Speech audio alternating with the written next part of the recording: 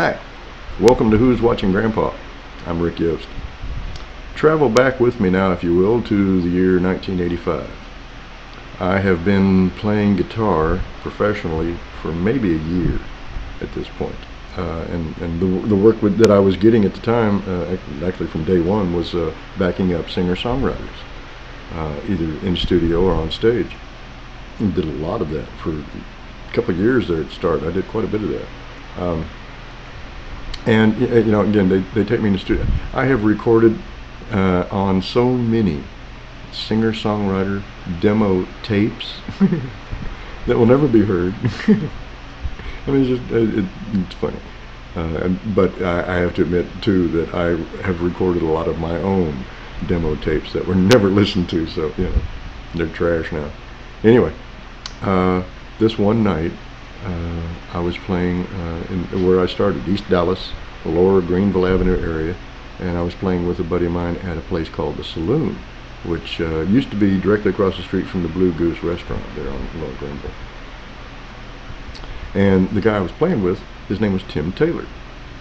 No, not the Tool man, Tim Taylor. He was also known as Doc Holliday, usually on stage, because he had been a Marine medic in Vietnam, later turned Vietnam veteran advocate, and wound up being a part of the opening ceremony for the Wall in Washington, D.C.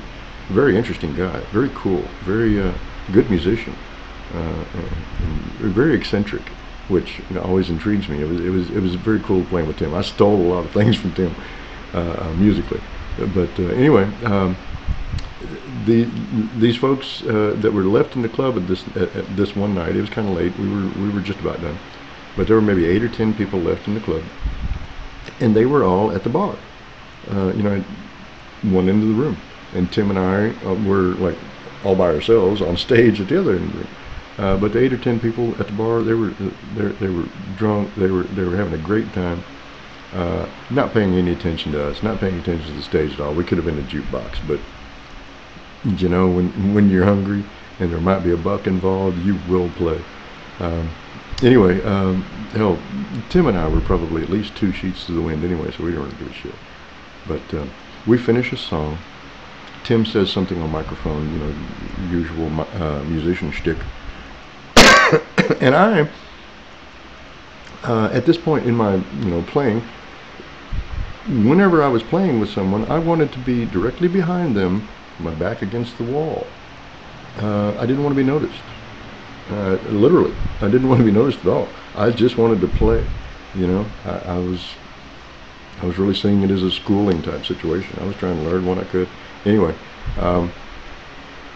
Tim turns around to me, to face me, you know, putting his back to the audience, and I doubt if the audience could even see me at this point for Tim. But Tim takes his real fat joint out of his pocket. I mean, it was a real log, man. Takes this joint out of his pocket, lights it up on stage, lights it up, takes a huge hit, and hands it to me. He even says, gosh,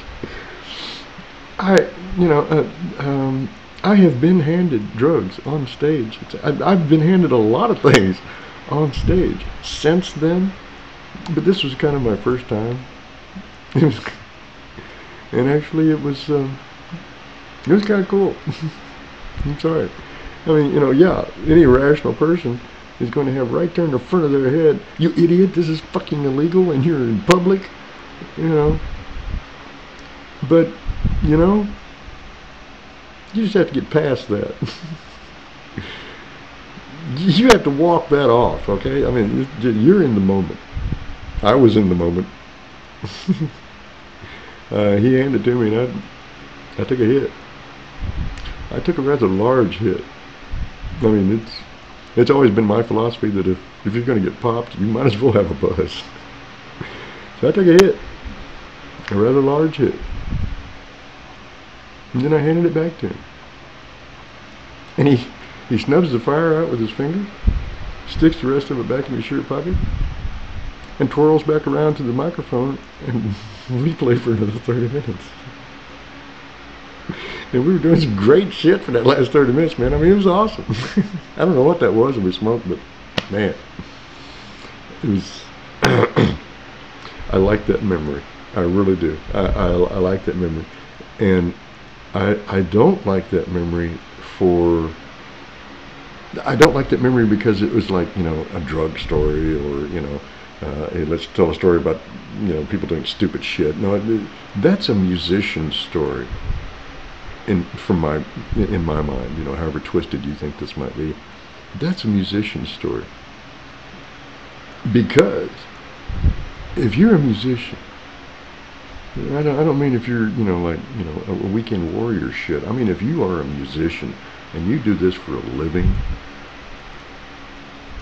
and you're pouring your heart out all over the stage every night, which I kind of think that, you know, you have to do every night, because you'll just, you know, you'll bore the shit out of yourself, you know, night after night if you're doing it half-assed. But if you're, like, you know, just almost wringing your heart out on stage and nobody's paying attention, yeah, I want to buzz.